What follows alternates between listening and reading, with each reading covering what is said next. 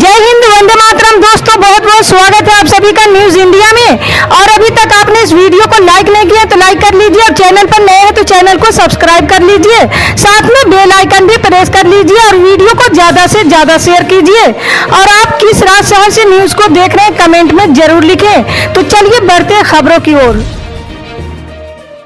जी आपको बता दें कि मुख्यमंत्री भगवंत मान के नेतृत्व में पंजाब सरकार ने राज्य के लोगों का विश्वास हासिल करने के लिए 22 सितंबर को विधानसभा का विशेष सत्र बुलाने का फैसला किया है। मुख्यमंत्री ने कहा कि पंजाब के लोगों ने हमारी सरकार को जबरदस्त बहुमत दिया था, परंतु लोकतांत्रिक मूल्यों का नुकसान पहुंचाने वाली कुछ ताकतें हमारे विधायकों को धन दौलत के सहारे लुभाने की कोशिश कर रही। इस कारण हम इस विशेष सत्र में राज्य के लोगों का ये भरोसा हासिल करने का फैसला लिया है। मुख्यमंत्री ने स्पष्ट शब्दों में कहा कि आम आदमी के विधायकों को धन दौलत की तकड़ी में तोला नहीं जा सकता है, क्योंकि वह पार्टी की विचारधारा के प्रति समर्पित और वचनबद्ध हैं। उन्होंने कहा कि पंजाब में सरकार को स्थिर करने के नापाक मंसूबे बुरी तरह नाकाम साबित हुई है, क्योंकि हमारी पार्टी के विधायक राज्य के लोगों प्रति वफादार है। भगवंत मान ने कहा कि इस विशेष सत्र में पंजाब में लोकतांत्रिक ढंग से चुनी हुई सरकार को गिराने की कोशिशों का पर्दाफाश किया जाएगा।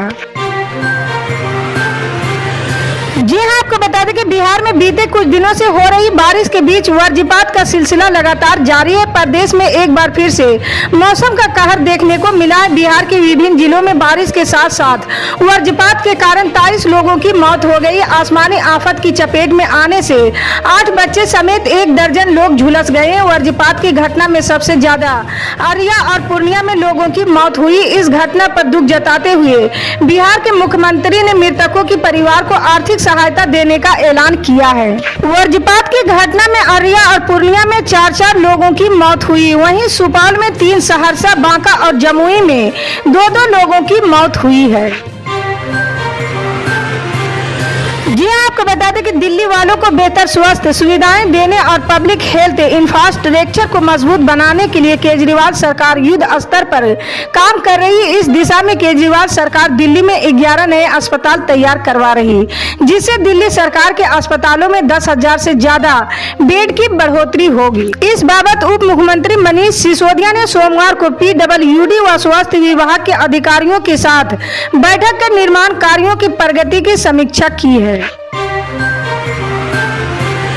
जी हाँ, आपको बता दें कि इलाहाबाद सेंट्रल यूनिवर्सिटी में फीस बढ़ोतरी के बाद पिछले करीब 20 दिनों से बवाल मचा हुआ। छात्र सड़कों पर अनशन कर रहे हैं। सोमवार को बवाल और ज्यादा बढ़ गया है, जब एक छात्र ने खुद पर पेट्रोल छिड़क कर आत्महत्या करने की कोशिश की है।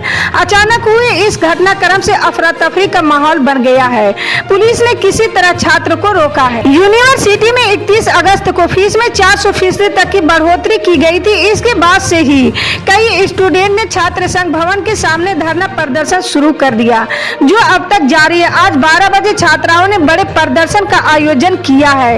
इस प्रदर्शन को आर या पार मंगलवार का नाम दिया है। आत्महत्या की कोशिश करने वाले छात्र आदर्श भदौरिया ने पुलिस पर परिवार को प्रताड़ित करने का आरोप लगाया है। छात्र के मुताबिक जब से वो फीस बढ़ोतरी के विरोध में चल रहे आंदोलन में सक्रिय हुआ है, पुलिस लगातार उसके गाँव जा रही है और परिवार वालों को धमकी दी जा रही है कि परिवार वालों पर दबाव बनाया जा रहा है कि उसे आंदोलन से वापस बुला लिया जाए, नहीं तो पूरे परिवार को जेल भेज दिया जाएगा।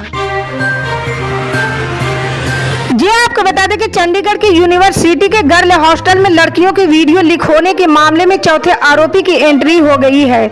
7 दिनों तक पुलिस रिमांड में भेजे गए तीनों आरोपियों से शुरुआती पूछताछ में कई तथ्य हाथ लगे। छात्रा की मोबाइल से 1 दर्जन से ज्यादा वीडियो रिकॉर्ड कर लिए गए हैं। वहीं आरोपियों के वकील और पुलिस ने छात्रा की मोबाइल फोन में एक अन्य छात्रा की फोटो होने की बात कही है, लेकिन उसकी पहचान नहीं हो पाई। पुलिस ने आरोपी छात्रा के अलावा उसके बॉयफ्रेंड और उसके दोस्त से 3 मोबाइल फोन बरामद किए हैं, जिनकी फोरेंसिक जांच की जा रही। पुलिस ने छात्रा का लैपटॉप भी कब्जे में ले लिया है। जी हाँ, आपको बता दें कि उप मुख्यमंत्री और बीजेपी के वरिष्ठ नेता देवेंद्र फडणवीस ने पंचायत चुनाव के नतीजों को लेकर कहा है कि भाजपा फिर से महाराष्ट्र में नंबर 1 पार्टी बन गई। उन्होंने पार्टी के कार्यकर्ताओं को बधाई दी है। देवेंद्र फडणवीस ने मराठी में ट्वीट किया है, भाजपा और मुख्यमंत्री एकनाथराव शिंदे के नेतृत्व वाली शिवसेना को ग्राम पंचायत चुनाव में शानदार सफलता मिली। भाजपा फिर से नंबर 1 पार्टी बन गई है। सभी जीतने वाले उम्मीदवारों और हमारे सभी महाराष्ट्र बीजेपी के कार्यकर्ताओं पदाधिकारियों को हार्दिक बधाई, जिन्होंने इस सफलता के लिए प्रयास किए हैं। जी आपको बता दें कि उत्तर प्रदेश में विधानसभा के मानसून सत्र का पहला दिन काफी गहमा गहमी भरा रहा। राज्य के मुख्य विपक्षी समाजवादी पार्टी द्वारा पैदल मार्च निकाला गया। मुख्यमंत्री योगी आदित्यनाथ ने कानून व्यवस्था को लेकर कहा है कि यूपी अभाव और अराजकता के लिए कोई स्थान नहीं है, जिसके बाद अखिलेश यादव ने सीएम योगी के इस बयान पर पलटवार किया है। सपा प्रमुख ने अपने ट्वीट में लिखा, कोई कह रहा है यूपी में अभाव और अराजकता के लिए कोई स्थान नहीं है।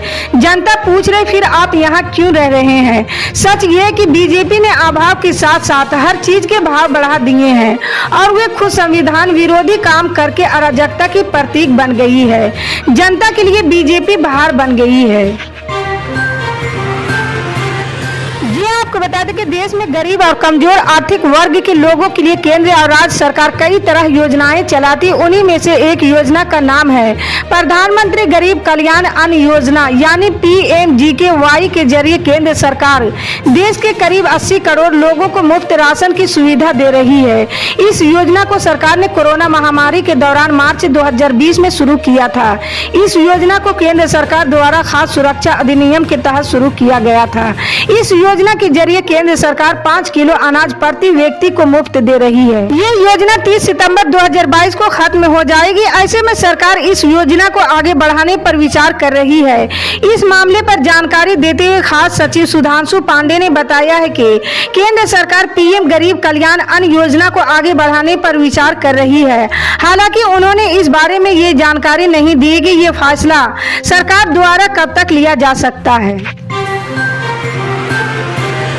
जी आपको बता दें कि राजस्थान के मुख्यमंत्री अशोक गहलोत को अभी भी सरकार गिराए जाने का डर सता रहा है। ये बात खुद CM अशोक गहलोत ने विधानसभा में मीडिया से बात करते हुए कही है। सोमवार को विधानसभा सत्र शुरू होने के साथ ही बीजेपी बजट सत्र का सत्राव शासन नहीं करने को लेकर जमकर हंगामा किया। इस पर पलटवार करते हुए मुख्यमंत्री अशोक गहलोत ने ये बात कही है।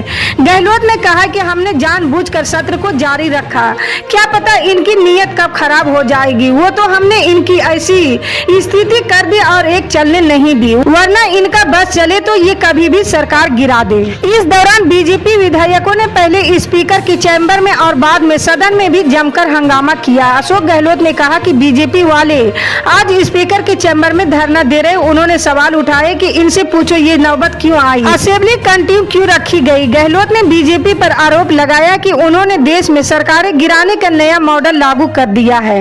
पहले अरुणाचल, फिर MP, कर्नाटक और महाराष्ट्र में सरकारें गिराई है, अब कई राज्यों में कोशिश कर रही है। इसी तरह की पल पल के अपडेट जानने के लिए जुड़े रहे हमारे न्यूज इंडिया के साथ। मिलते हैं अगली बड़ी खबर में, तब तक के लिए जय हिंद।